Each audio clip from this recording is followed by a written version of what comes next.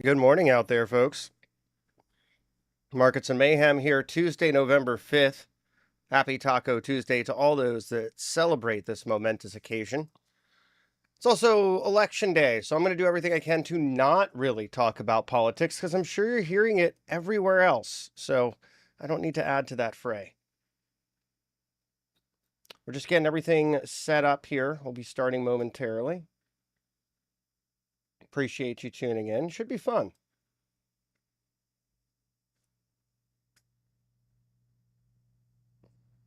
And we got a lot of event volatility catalysts on deck this week, as you may know. Of course, we have election day here. We got a bunch of central bank decisions. We got a 10 and 30-year note auction, 10-year note, 30-year bond auction, I should say. Some key economic data, some interesting earnings, although we're past peak earnings season for now. So lots to pay attention to. We also have the NPC, or National People's Congress in China, not to be confused with non-player characters, although some may consider that to be as such. Never mind that.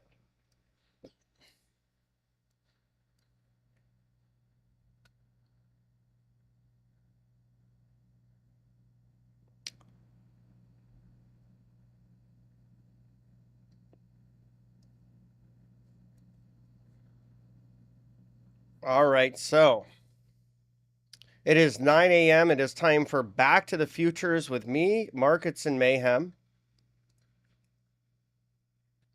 We're going to be diving into Bookmap, talking about how I use it to identify order flow and really look at where there may be opportunities in the market. I find the program to be quite invaluable to my own trading, so I definitely recommend at least checking out my live streams and seeing if it's something that helps you. It's more for folks that are doing shorter term trading, right? It's better for day trading in my own view, in my own experience. That being said, though, I do find it to be quite helpful to find entries and exits, to be able to identify levels where we might find support or resistance where there's interest expressed in the market. So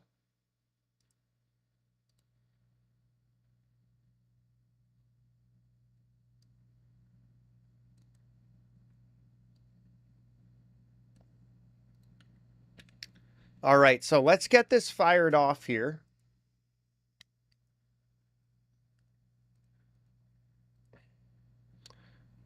First, we're going to go through the disclosure statement. I know this is everyone's favorite part of the stream, right? The general disclosure. All Bookmap Limited materials, information, and presentations are for educational purposes only and should not be considered specific investment advice nor recommendations. So now that we've gone through that, let's talk a little bit about me. My trading journey began in 2005. I funded my own account, began trading stocks, then moved on to options, futures, commodities, and Forex as I expanded my horizons. In 2006, I began rolling my trading profits into long-term investments. And I always like to take a moment here to just say, if you're trading and you're making good money, you may want to consider rolling those profits into long-term investments. Whether those investments are stocks, fixed income, real estate, buying a business, or otherwise, I think it's really important not to concentrate our risk too much in short-term trading and to have a broad array of different investments. At least that's my own approach. I know other traders that have taken the same approach that have been at this for decades and been quite successful in doing so. So something to consider.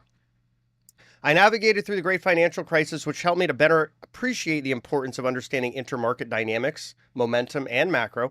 I managed to get out of the way of the great financial crisis for the most part, but it was mostly luck and a focus on technical analysis that had me cautious. I basically saw the S&P 500 putting in what looked like a giant double top from 2000 up to 2007. And I said, you know what? I don't know where this is going to go, but as long as there's this formidable resistance overhead, I'm just going to start taking some profits. You know, I've been seeing things that kind of concern me. I wasn't as up to speed on macro back then. I was actually quite a neophyte on all of it. I just heard a lot about what was going on in the housing market, not looking so great. People getting loans that had no income, no job, no documentation. There was these ninja loans. You could basically walk into a lender with a pulse and get a mortgage, which was remarkable. But there was also issues around the world. There were turbulent episodes of volatility in Asian markets. There was a moment in August of 2007 where the money markets locked up. So I just kept seeing things and said, you know what? I'll step out of the way. If I'm wrong, fine, I'll lock in these long-term capital gains, I'll pay taxes on them, and I'll get in at a higher price if we're able to break above that double top pattern that I saw potentially playing out. We didn't break above it. And in the unraveling, I learned just how bad things were, much worse than I could have possibly imagined, right? So it was a very interesting, formative experience, and it led me to learn more about the plumbing of the financial system, the big picture, the importance of central banks and fiscal policy. So from that, I was originally a discretionary trader. I became much more systematic as well, really using a model-driven approach with multiple modular inputs to find convergence. So you could call me a systematic convergence trader. That's really how I look at markets. And that trading is driven by momentum, price action, options flows, sentiment, positioning, volume profile, and the big picture. It's a mouthful, right? I know. But that's what helps me to find signals in the noise and to set up what may be better trades.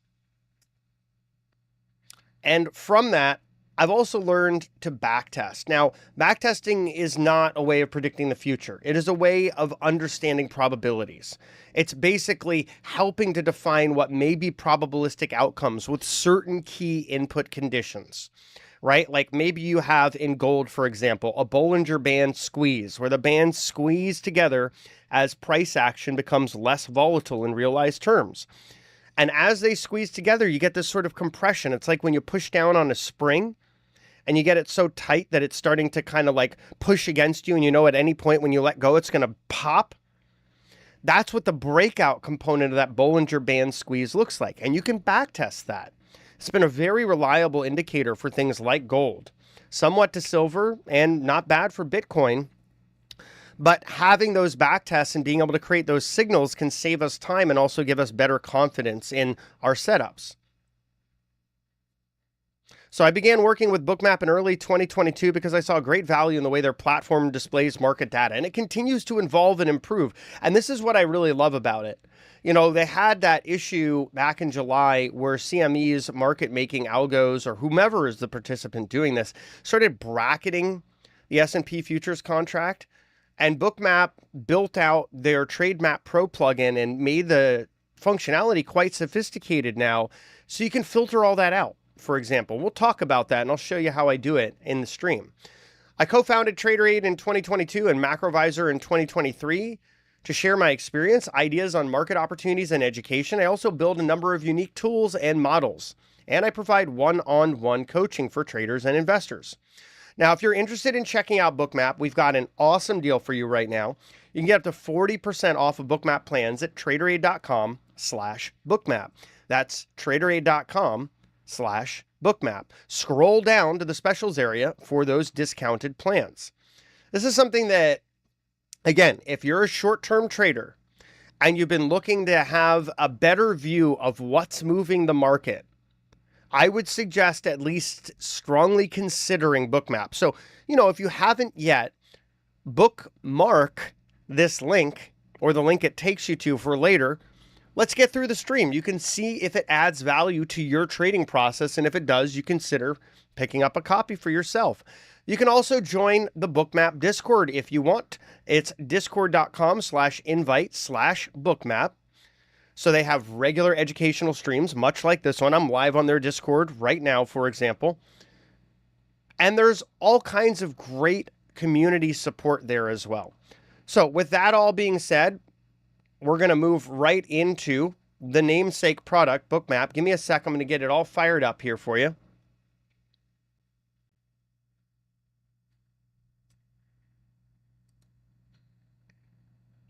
And folks, we're at whatever your political affiliation may be, I'm sure we're all looking forward to the end of election season. My God, it has been exhausting. So here we go. This is what it looks like when I fire up Bookmap. Yes, I have a lot of instruments on my screen. I'm going to close out some of the ones I'm not monitoring right now that were more related to like earnings and things like that, so I can keep it open for others that we may add in during the trading day here. And we'll give it a moment to load some of this stuff. But we can see on screen, this is the normal S&P view. I'm going to let the filtered view load. It's got to do some backfilling and so forth. So I'm going to let that load while we look at the unfiltered view, just so we can compare and contrast as well. And so I can explain a little bit about what Bookmap really looks like out of the box.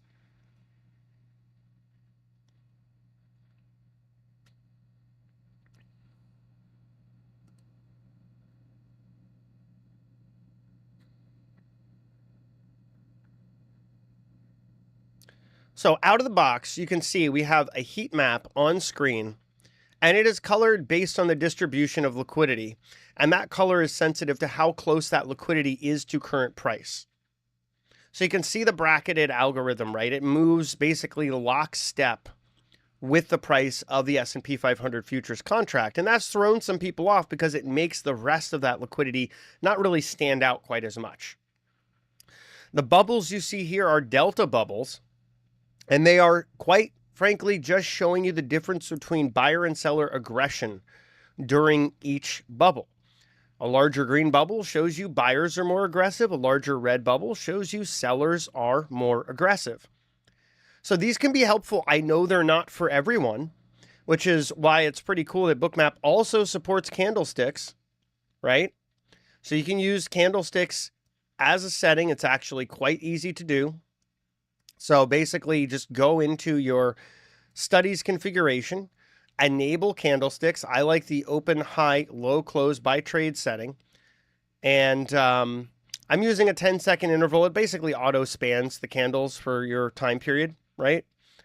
And then I'm disabling the volume dots on this particular chart. I will re-enable the bars. I do find them to be constructive. But essentially, this allows you to get back to using candlesticks, but still have all of the data that's visible in Bookmap elsewhere, right? So I find that to be pretty helpful in terms of just being able to get a view that more people are familiar with right off the bat. I've been trading with the delta bubbles for long enough that I still like them. I think they're great. I also, however, feel that this view is quite helpful, especially for folks that are coming off of other charting platforms and looking at, okay, how can I really fast track my journey on Bookmap? Well, just switch off the bubbles, move to candles, and use delta for your volume candles, right? So your volume bars, you can set those up to also be volume delta. So it can give you a similar view as to what the bubbles were. And I think that's quite helpful. And we're just about 19 minutes away from starting the trading day. We'll go over some of the other components on the chart. I do have this add-on set up. This is the outside liquidity add-on. Folks asked me about this. I wanted to cover it real quick. So you can see up here, there's 16,000 offers. There's 18,000 bids, right? That's a delta. That's going to be 34,000. That's a total, I'm sorry, of 34,000. So what that's telling you is right now, pre-market, the order book depth for the S&P 500 is just 34,000 contracts. That's not very liquid. In fact, that kind of suggests that it could be a bit of a choppy trading day if indeed we get into the regular trading hours session and the order book depth is similarly low. So in order to set this up on your end, all you need to do is have the indicator mode showing the liquidity and the difference under indicator mode, and then including visible price levels, right? That way it's showing you all of the order book liquidity. There's many different ways you can use this add-on. This is not the only way. There are other ways that may be helpful to your trading style, but for me, just to get an at-a-glance view of order book depth, I find this handy. And then on the bottom, you can see where it does calculate that delta. So it can show you that there's 2.6 thousand bids in excess of offers, right? So that also just gives you a sense that there is some decent demand here pre-market. And you can see the contrast between these two charts and how they present the data. Now, it's the trade map view. This is the trade map view. Does not support backfilling the liquidity yet. I think that is a work in progress. So eventually maybe we'll be able to get the heat map backfilled during the prior time period. We can, of course, see it on this chart. We'll set that to just a 30-minute time slice. And the reason that that's helpful is you can see where there was interest, right? That's everything to the left of this vertical white line. And then to the right of it, it's where there's currently interest. So you can see in this chart, there's currently interest largely around that bracket. We can flip over to this view and filter that out completely. And we'll just make it easier to compare and contrast by using 30-minute time slices on both.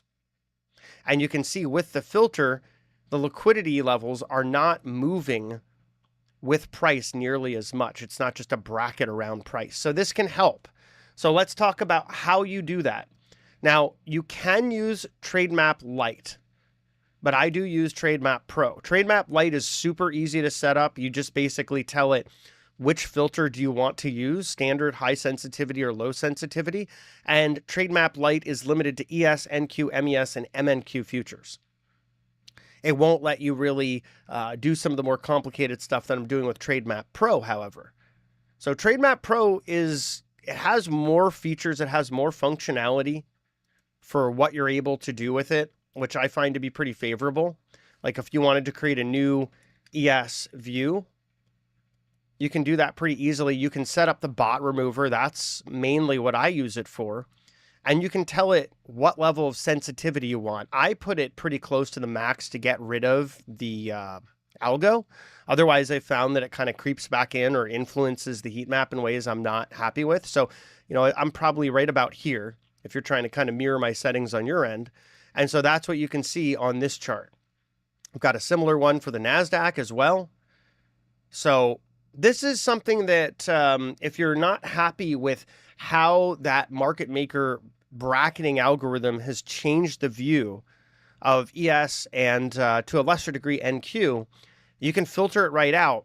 The only thing you're really going to lose is the ability to have the subchart plugins. For example, on this chart, you'll see that I have icebergs and stops in the subchart, which I do find immensely useful. So I do still keep this chart in here. I also like the delta bubble. So I keep this chart in here as a reference point, but I do find myself going back to the filtered view more often to view the distribution of liquidity, both past and present. And you still get to see stops, icebergs, absorption, exhaustion, all the stuff I have set up in my view on this chart, as well as the cloud notes, which in this case are supporting my options visualizer plugin for SPX. So that allows me to see where there are flows and also key levels of positioning in SPX converted to ES terms. And that has been a game changer for my trading and a lot of the folks at TraderAid as well, being able to see all of those options flows.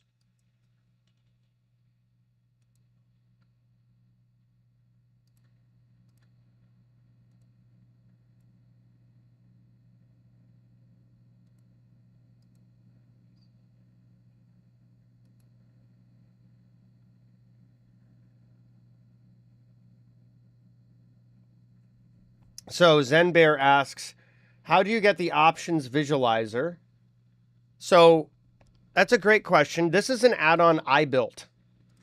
So ZenBear, you can go to traderaid.com/SPX to learn more and pick up a copy. It is sold via a marketplace called Nadles. Nadles allows me to have a very flexible API where I can sell data feeds for all kinds of different products. I'm about to add the options visualizer to MotiveWave, for example, which I can do right through their marketplace pretty effortlessly. But if you want to pick up a copy of the options visualizer, just bear in mind you have to have Bookmap or soon MotiveWave, right? Which you can get for free minus you got to have a data feed. But you can go to traderaid.com/SPX, learn more about how the plugin works, and pick up a copy of your own if you want. It's just $39.99 a month right now. Eventually, in time, that price will go up, but if you lock in that price now, it will be that price for the lifetime of your subscription. You're welcome. So let's take a look. Let's go back in time, and we're just going to take this chart to do it. Look at the overnight session. Pretty flat. Pretty much just a consolidation range of like 15 handles here as we approach the market open.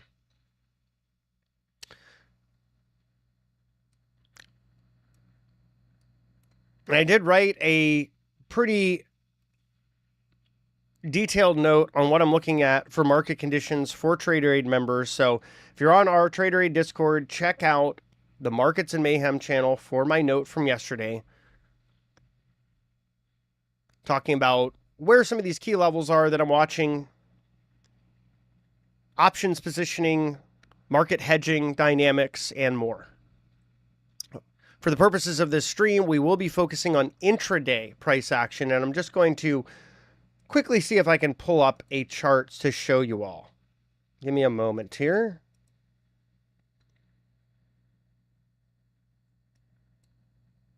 There it is. All right, so this is my ES pivots chart. It also has the options visualizer built into it now, which is pretty cool. So we're really going to be looking at one key level today. I'll share with you all my pivot for the week, and that's 57.27.75. So 57.27.75, I'm more inclined to take longs above it and shorts below it. That's ES 57.27.75. It's right down here at the bottom of the screen. You can kind of see it. But that's what I'm really looking at as a pivot level today. We can also see above us, we've got resistance at 57.57.25 and then 57.72.50. So you're welcome to take note of that. This is the motive wave screen that I have, which includes my ES pivots and now the SPX options visualizer as well. So pretty cool. That's on the Trader Aid Discord for folks to check out. But I wanted to note those levels ahead of the trading day. You're welcome to note them as well.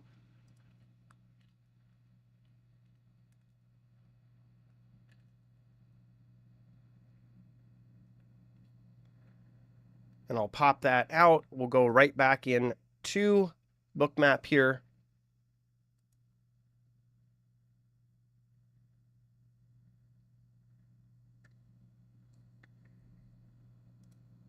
Now,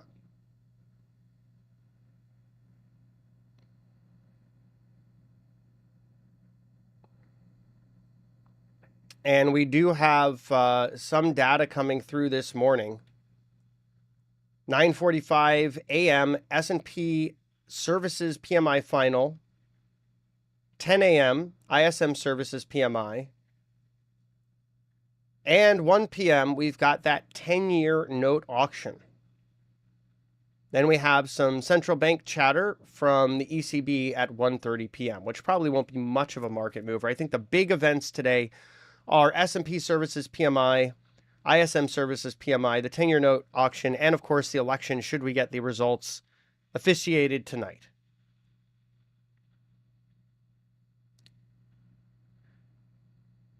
For S&P Services PMI final, the forecast is 55.3 versus a prior reading of 55.3. For ISM Services PMI, the forecast is 53.8 versus a prior reading of 54.9. So we'll be watching those two. They could end up moving the market, and the way I would look at them is really, what's going on with prices paid, with employment, with backlogs and new orders. Those tend to be the most important for ISM Services PMI. We'll see if the services industry continues to kind of be the upper distribution of that K-shaped economy, whereas services have done very well while manufacturing has fared rather poorly here.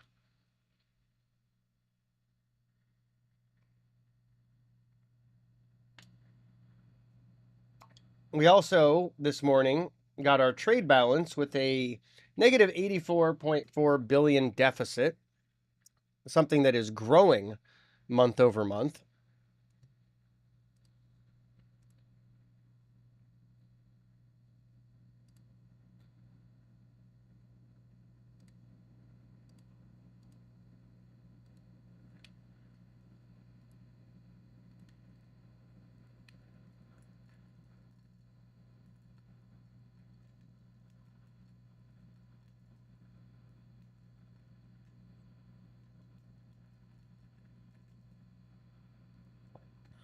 Let's check into some of these other futures markets ahead of the market open here. We've got the NASDAQ, which overnight likely pretty similar to the S&P, kind of just a choppy range. Looks like it's about, maybe call it a 100-point range if we're being a little generous and rounding up. Relatively uneventful.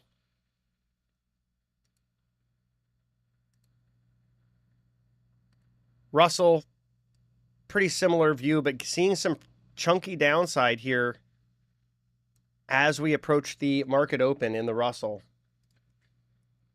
So consolidated for most of the night, but now implied to open down 0.14%.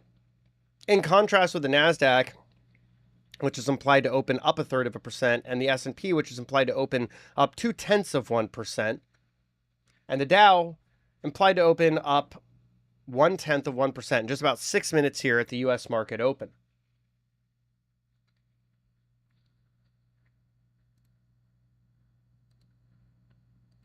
Let's take a look at 10-year note futures. When prices are rising, that means yields are dropping and vice versa.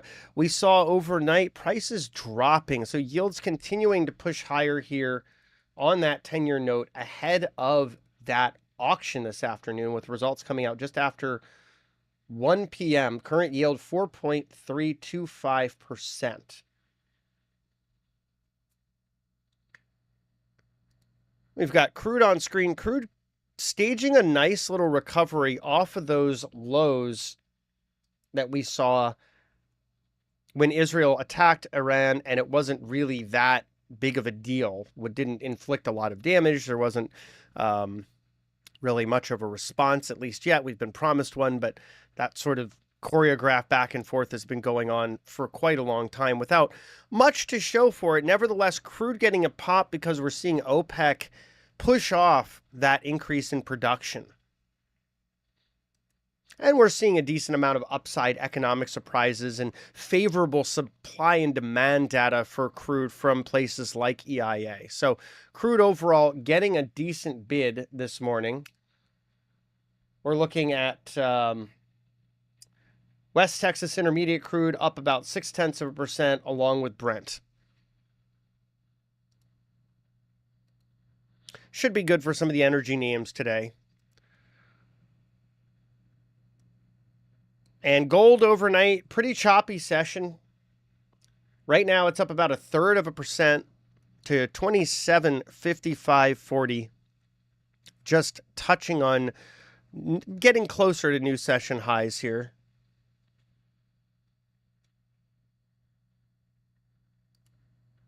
I think I need to see. Oh, wow. Yeah, this price thing did not necessarily adjust with daylight savings time. So I'm going to have to go ahead and sort of manually adjust that in a couple places here. So bear with me, because we do want to make sure we get our opening ranges and all that fun stuff.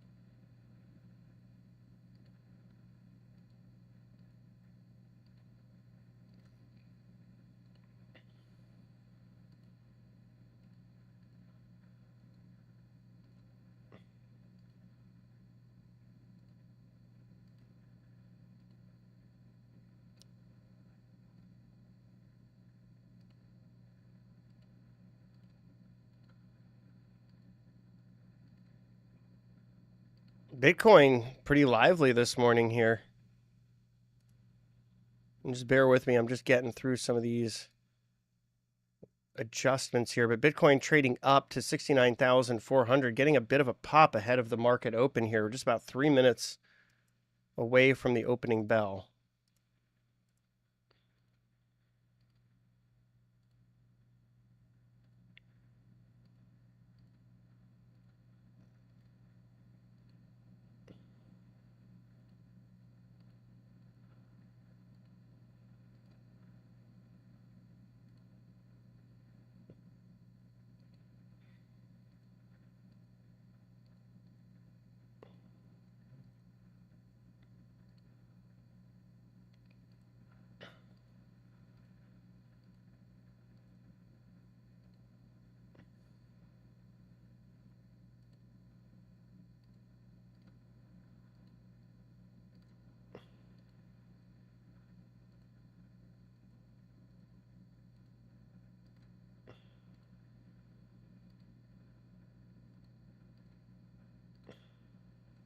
All right, so that's all done. There's another area that I just want to quickly check to see.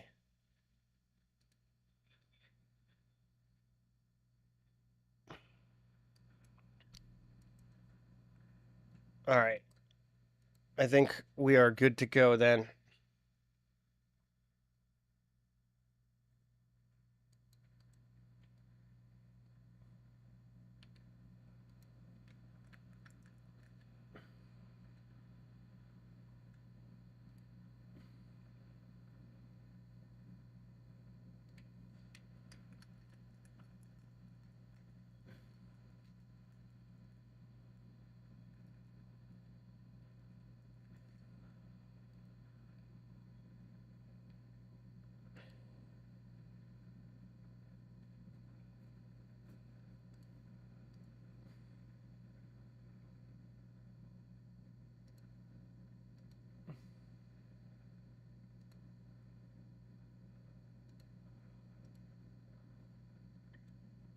Just less than 1 minute away from the opening bell.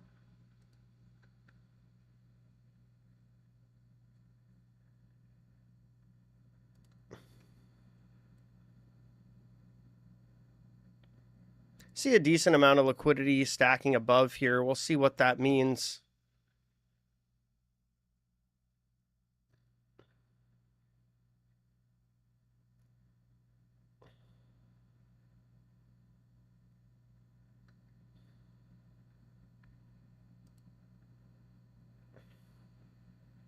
We'll also get an update on these options flows from CBOE pulled into the options visualizer just about 10-15 minutes into the trading day once the volume stacks up a bit.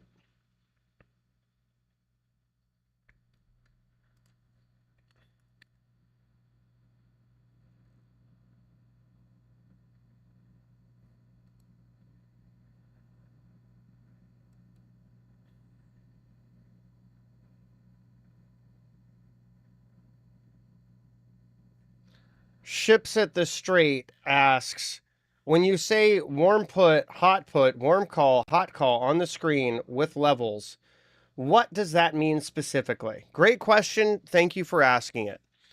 So what this indicates, these are yesterday's flows. They'll update for today's as soon as we have enough of that data to parse them. These are the most active options contracts in the S&P 500 index options translated into S&P 500 E-mini contract levels for the December contract. So the hot call is the most active call.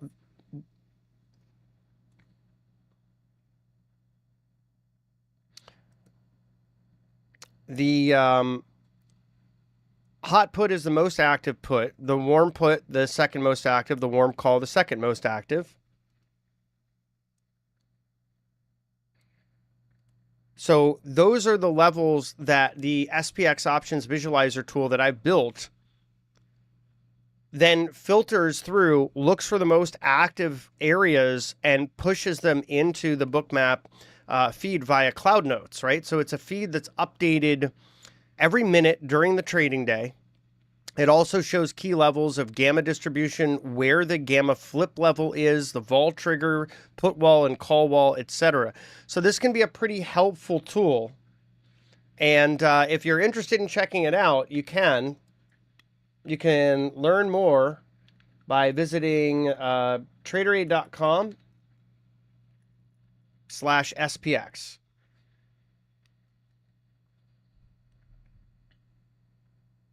So remember, we've got that pivot overhead about 57.7250, just around where yesterday's second most active call strike was. There was some convergence at that level. You could see some of that banded liquidity actually dissipated into the market open, which is interesting. Order book depth right now, just about 31,000. So very low order book depth in the S&P 500 this morning.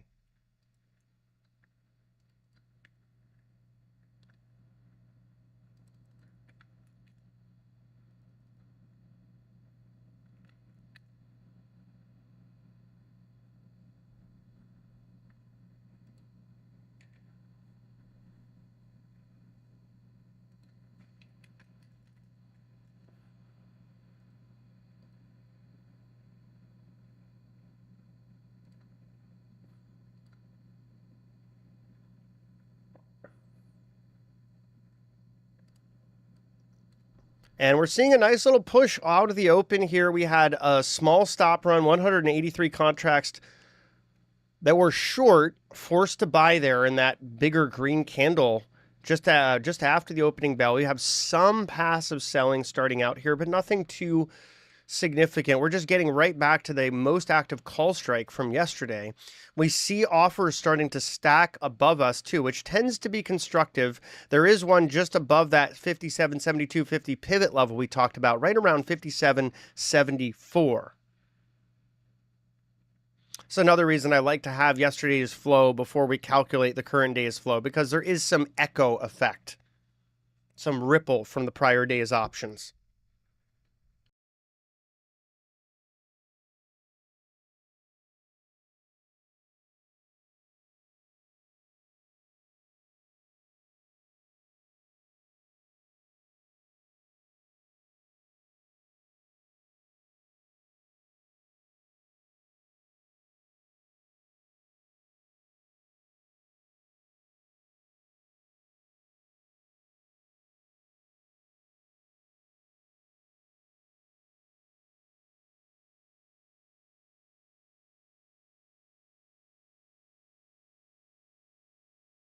We'll zoom out just a little bit here, see if there's any interesting liquidity. Do you see a decent amount of bids down here at 5,700? But we just, and we also actually see a recent bid coming in here.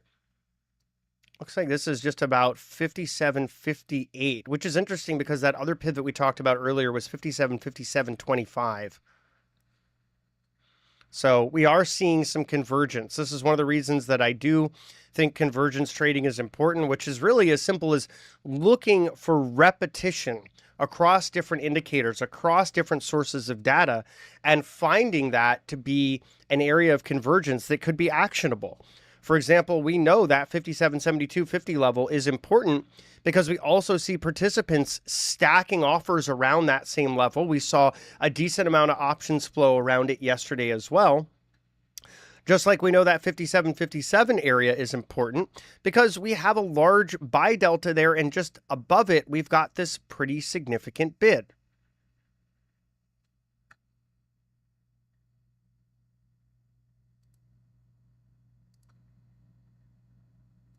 I do like to look at the 20-minute opening range, a little shorter than the 30-minute opening range, to get a sense as to whether or not we may have a trend day. But that's not the only piece of data that I like to look at. I think it's also very important to look at prevailing options flows at the index level in the S&P 500, as well as single stocks and ETFs. Get an idea of where more of the flow is going. If more of the flow is chasing upside in calls, and you have an opening range breakout to the upside, and you see offers stacking above, that can give you that sort of trifecta. Then we have a pretty good sense that there's room higher, and then you can map out where those moves may extend to by using those pivots and those offers, particularly where there's convergence. That's what convergence trading is all about. It doesn't have to be unnecessarily complicated. And it's all about what works best for us, our personality type, our goals, our trading style.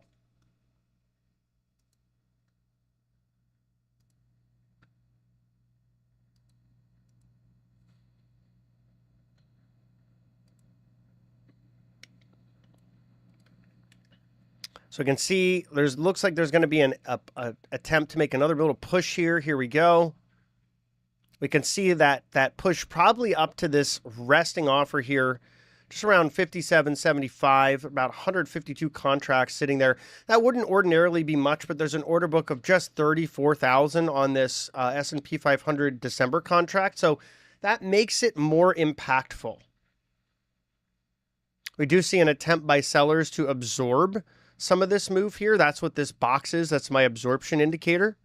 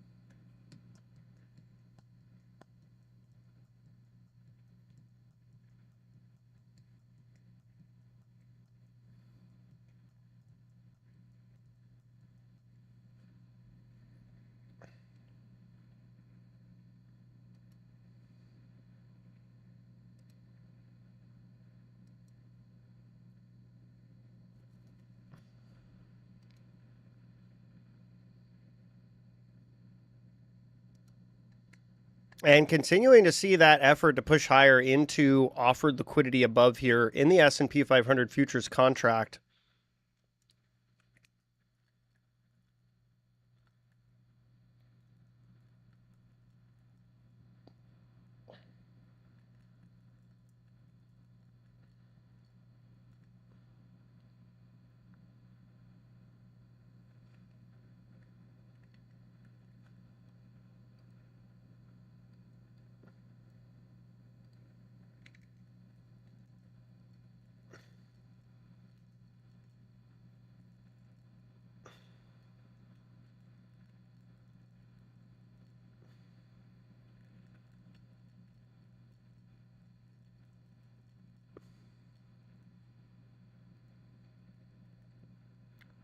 So I'm just popping this chart out on Twitter just to sort of demonstrate how I feel like this is kind of useful, this view of convergence, because again, we're targeting this resting offer. We have that pivot level up there. We know this is an important area and we're pushing right into it, giving you a sense that buyers are really starting to take more control of price action right out of the gate. And you can see it also with the offers stacking above the way they are. Price tends to gravitate towards those when it's already moving in that direction. They tend to be sort of an area where you're going to make a decision, right? You're going to get up into this offered liquidity and you're either going to push right through it and release it saying, hey, we've got more demand from here. We can continue to push higher, or you're going to reject away from it. And that's going to be the buyer saying, oops, we got up there, but we realized we really don't have that much demand anymore. So it's an important level to watch for those reasons. And we're seeing some pushback here just at that 57, 72, 50 pivot, which I'm just going to bring back on screen for a moment. You can see that right here on screen in that motive wave chart. So we're just seeing just a little bit of resistance at that pivot level. Pivots are derived by volume profile. They're programmatic. They're automatic. They update throughout the trading day on the TraderAid Discord. It's a pretty helpful way to save time as a trader. And we're seeing a rejection at that pivot so far. Pretty clean one. Got a passive seller stepping in pretty much right at that level as well.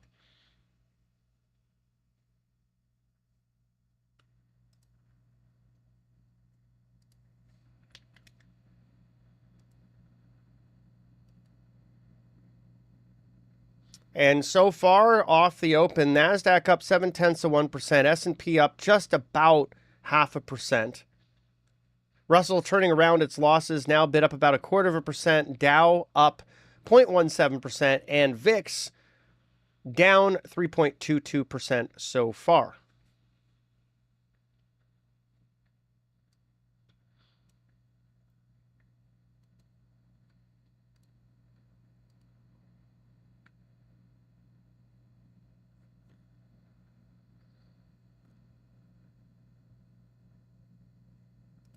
So we'll go back to this screen with the pivots. I do think it's interesting to watch these. We do see this rejection at that 72.50 pivot. Now we're starting to push lower, just basically retesting yesterday's most active call strike level.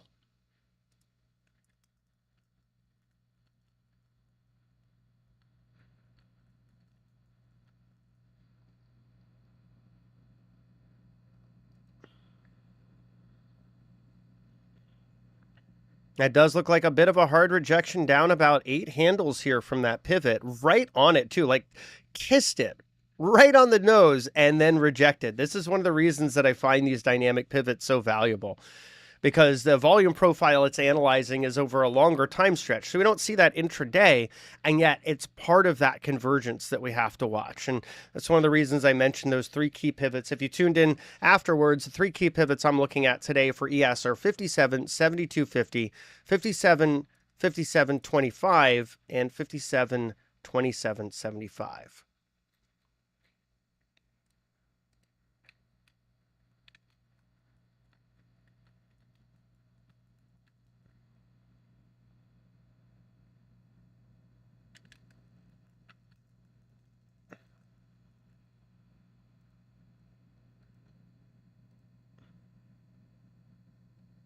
So let's see if we can regroup here. We are starting to see some of the options flow data coming through today. I can see the chart reset. We should be getting those streams of data in any minute now. Starting to show us where the most active puts and calls are on SPX translated to ES terms.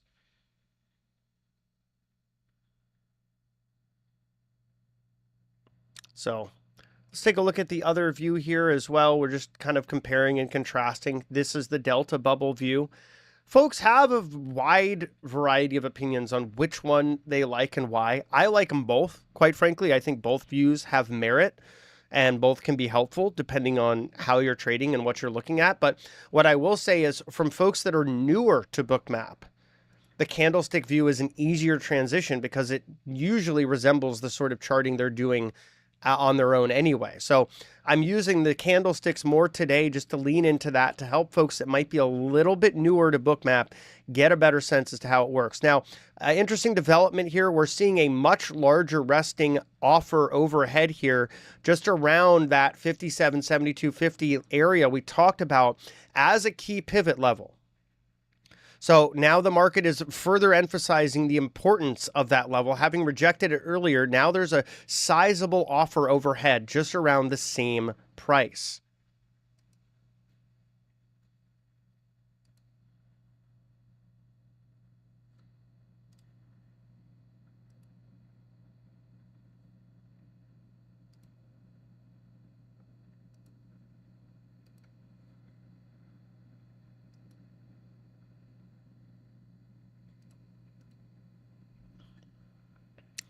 And it looks like buyers are going to try to make another run for it here. Let's see how they do. Let's also just check in on some of these cumulative flows. So stops and icebergs have been pretty tame so far this morning. Really not a lot of one or the other, as we can see on the subchart.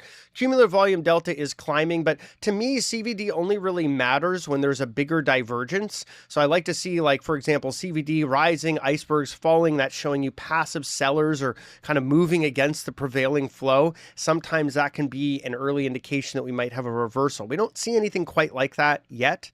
So right now, just sort of watching and parsing. You can see, look at this view with the bands of liquidity and how much harder it is to really identify some of these levels.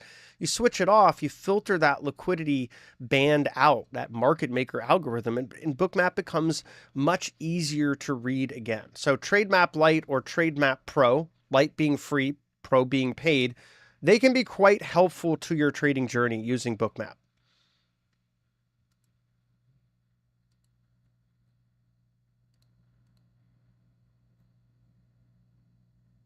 Yeah.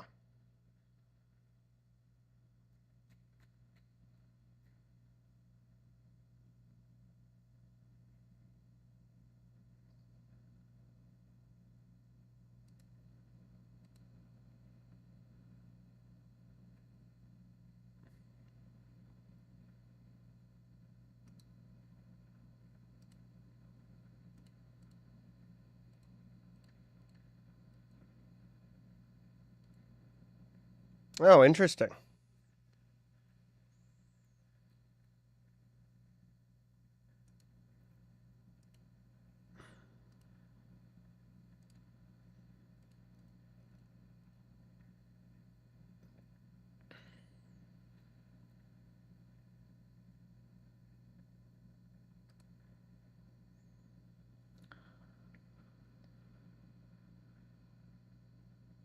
And so we're starting to see those flows come through here. Looks like I'm just going to query my friendly Discord bot to get the exact levels because I want to make sure I give you all accurate info.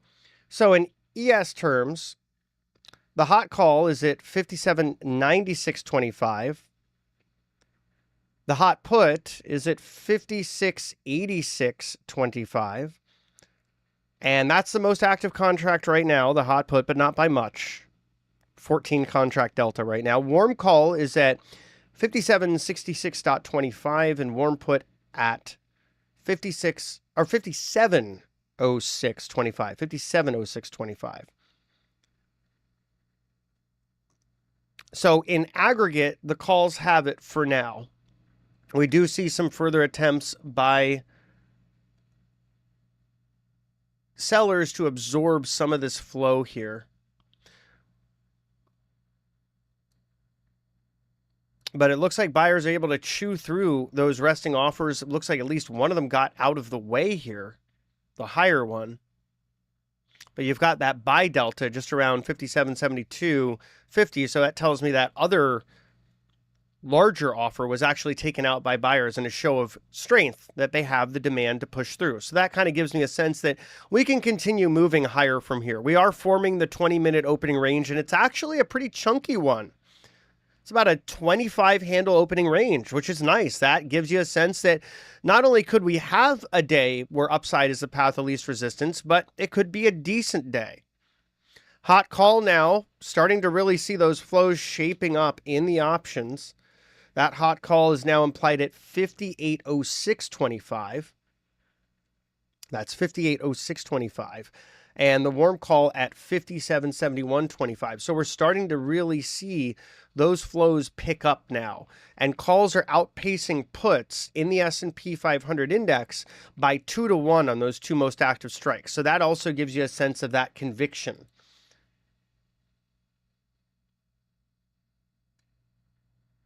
So these are all things to kind of keep in mind as we're looking at convergence trading, right? We've got that 20-minute opening range now forming.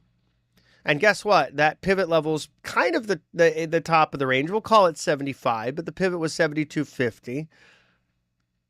It's also where there's a decent sized buy delta on the session volume profile, right? So that shows you where there's been buying and selling and the difference between the two, not just the aggregate, but the difference between the two, or what's called the delta. So that's sort of like your historic view, whereas the COB is the current order book, which shows you where people are interested in transacting. Bids in green below, offers in red above.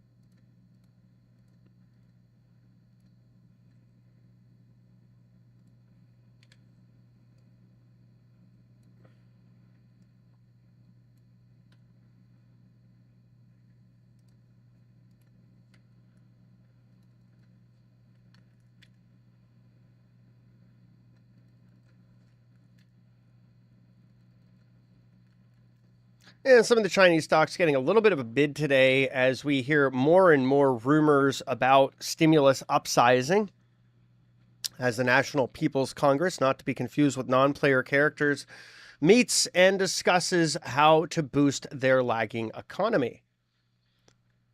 Seeing more offers stacking overhead here on S&P futures.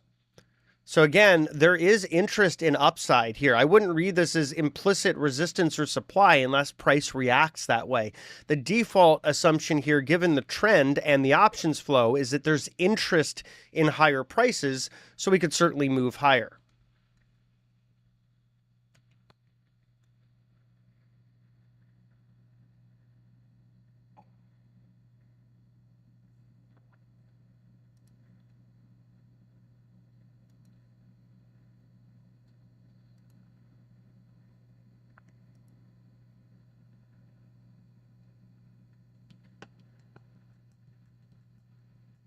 Seeing some hedging flows for NVIDIA.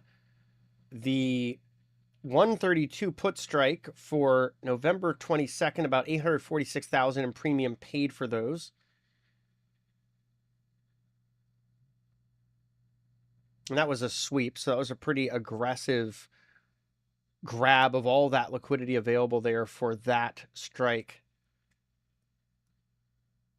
That was also a vol to OI ratio of about 1.31. But I'm going to imagine that is more of a hedge than a bet on price. Back to the S&P 500, we can see we're continuing to push into those resting offers overhead. So again, you can kind of see what the filtered view is able to do. It is really helpful to understand where there's interest and then to be able to contrast that with options flow, which also suggests interest in higher prices. We can see we're making a breakout of that 20-minute opening range to the upside. So one of the reasons I also like the 20-minute opening range is you get some of these signals a little earlier by definition. We're looking at 20 minutes of data. Now, some folks will look at much shorter time frames, 30 seconds, 2 minutes, 5 minutes, 15 minutes as well. That's fine. Whatever works best for you. For me, I really like the 20-minute opening range on the S&P 500.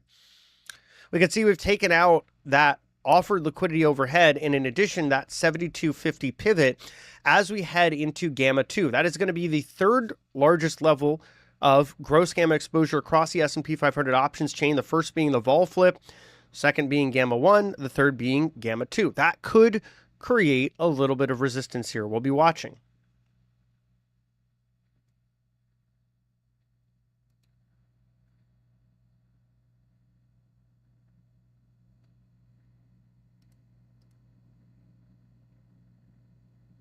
The options information that I have on Bookmap is available through my options visualizer tool. You can pick it up at traderaid.com/SPX and learn more about it there as well. Continuing to push higher here. Seeing options flows starting to even out a little bit here. Let's take a look at what we've got. We've got about 3,000 on the hot call and warm call, 3,000 on the warm put, 2,000, or 3,000 on the hot put, 2,000 on the warm put. So we're starting to see the put activity growing a bit here. Something to keep an eye on. The hot call is still the most active contract, and calls are outpacing puts on the S&P as a whole right now. If we look at the distribution of put call, it's 0.9. So that is telling you that the put call ratio favors 10% more calls transacting than puts right now, which is generally bullish. It's more call buying than selling. We also did get through that event volatility catalyst that was S&P Services PMI final. Came in better than expected, worse than expected, marginally worse than expected. 55 versus 55.3 forecast, right? So just a slight downward revision in the final reading.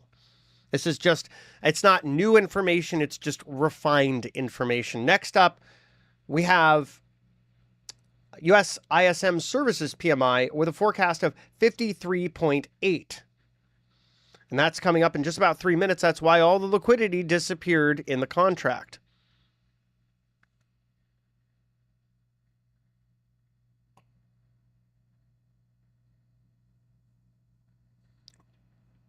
Calls are growing again, 4,000 on the hot call, targeting 58.1125 in S&P 500 futures terms.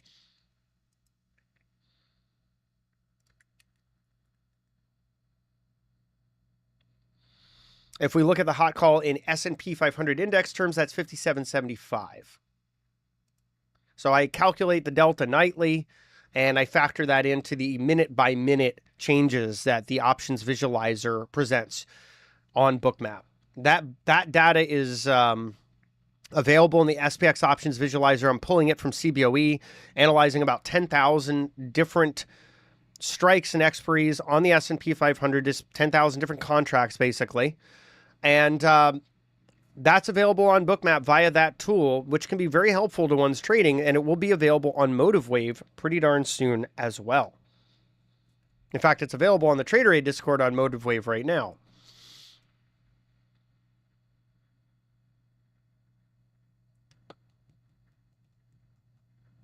And got about 2 minutes left in the stream. I want to thank you all for tuning in. Definitely consider checking out what we're doing over at TraderAid. You can visit our website at traderaid.com. If you'd like to sign up, visit whop.com/traderaid. That's WHOP.com/traderaid.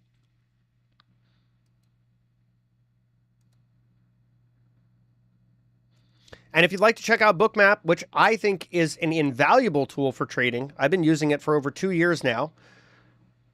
You can get up to 40% off your initial term by visiting traderaid.com/bookmap. That's traderaid.com/bookmap.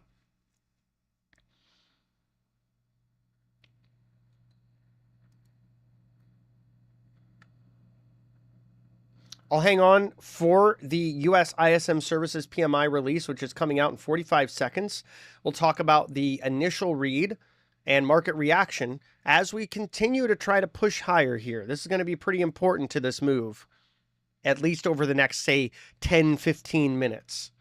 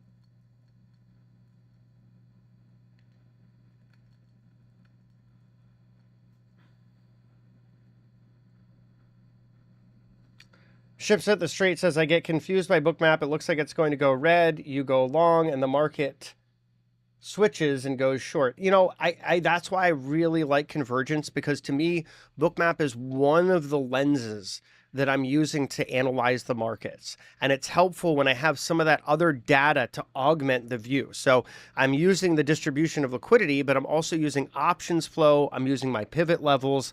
I'm looking at all of those things as well as the 20-minute opening range to get a better sense as to where momentum is. So that data is out. We had a print of 53.8.